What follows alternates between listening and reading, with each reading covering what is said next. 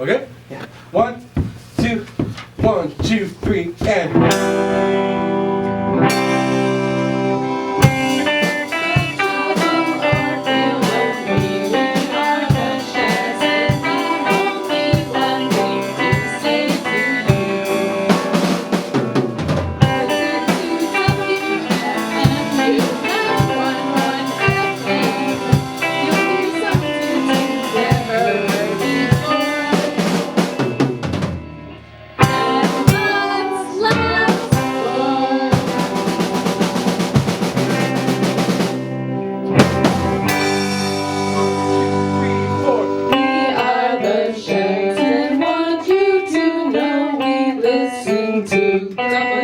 WFMU, where everything goes. So tune in 911 FM and you will find all the joys, all the guys joyful and kind. Sorry. A custom radio jingle from Dot Wiggin. Oh my goodness. The Dot Wiggin Band, and while they're taking out their instruments and stretching their fingers for a second, for those who don't know, which I think is probably no one, Dot Wiggin was a member of the Shaggs, who released the record Philosophy of the World in 1969. Famously called one of the greatest and one of the worst records of all time. It's nothing if not polarizing, but it was championed by the likes of Frank Zappa, and over the years has gained more and more of an audience. And almost exactly, did you guys realize, you must have realized this, almost exactly a year ago, it was January 13th, that Jesse Krakow put a band together to play the Shaggs material at the Bell House at a WFMU benefit. And Dot and her sister came down, and I'm not sure at what point that became something that Dot, you were singing with. Back last year at the Bell House.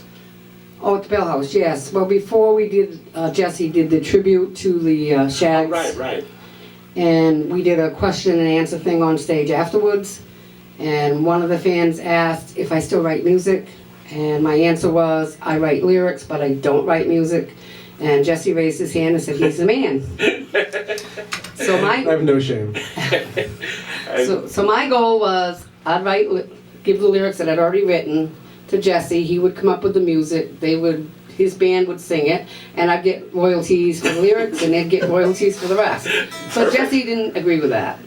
So Jesse. No, I thought that the songs needed Dot's voice because she wrote the songs, and I thought, as a big Shaggs fan, what makes the Shaggs so special is that voice. So initially the idea was you were going to give lyrics, Dot, to them to perform, and Jesse sort of brought you into the performance as well. Yeah, he'd called me about a month later after they had written some of the music with the lyrics and said there was just one problem. And he says, well, what's that? And he goes, Dot's fans are going to want to hear Dot sing Dot songs. Absolutely. And I said, well, that wasn't my plan. But here I am, so. No, we're happy to hear you today, and there's people on the playlist chiming in saying that it's amazing to hear you singing. Awesome. And there's a new record. Mm-hmm. Tell us a little about that. It's called the Dot Wiggin Band. Uh-huh. And again, Jesse got the ball rolling, and we've been practicing. We've had a few gigs, and we have some more down the roadways.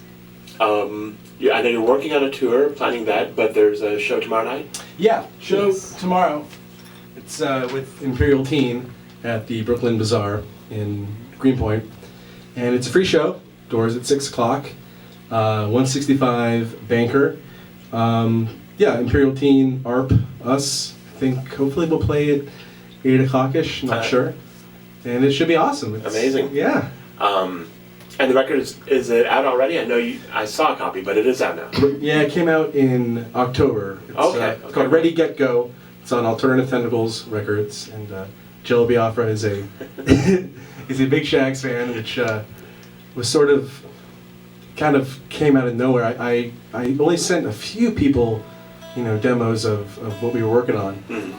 And I sent him this what we did, and he called me that day, and he's like, Dot Wiggin is making music. Oh my God! And because of his interest, it really gave the spark. And oh, that's great. Yeah. And so you're also, obviously, because we just heard it, you're doing some of the songs from back in the 60s, 70s as well. Were those songs that, would you sing those around the house? Did you listen to the records, or is that all just so far in the past that you had to I didn't listen to the records. My younger son, Matthew, downloaded all of our songs on his laptop, so I do hear him occasionally, and he listens to that when he goes to bed. Not just our songs, but he has his whole music list, and every once in a while I'll go in to wake him up and I hear one of our songs playing. So, well, I hope he wasn't illegally downloading Mama's music. No, he had permission. I gave him the CDs.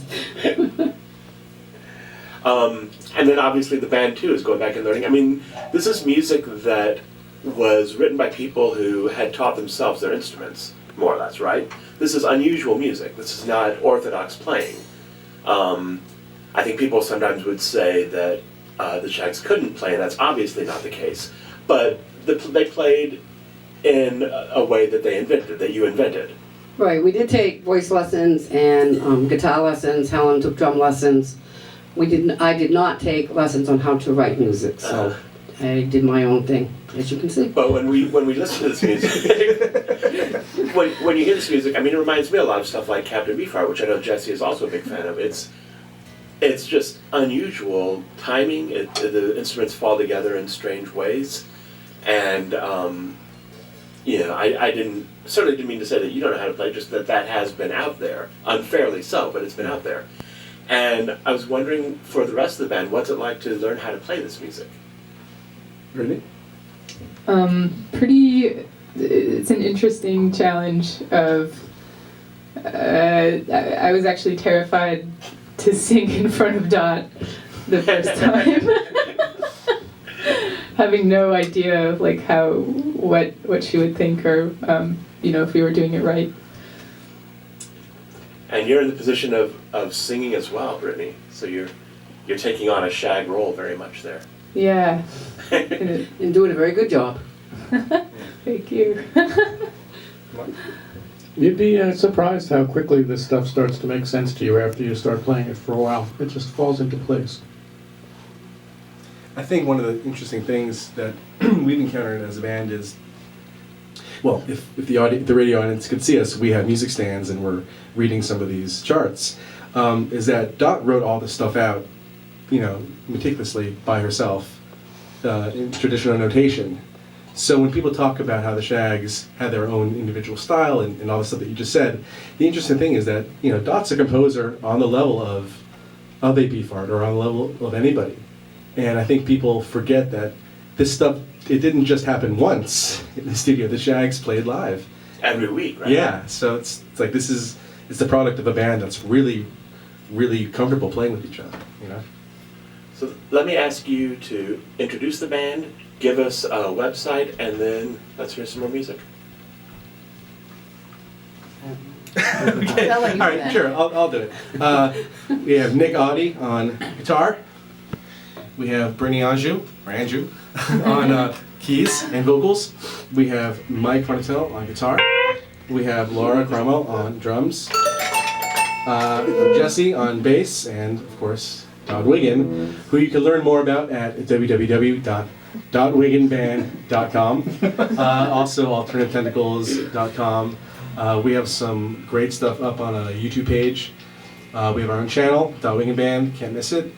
And we're playing tomorrow. Tomorrow night at the Brooklyn Bazaar, free show. And we're going to hear Paper Roses now, right? Yes. Awesome, let's hear it.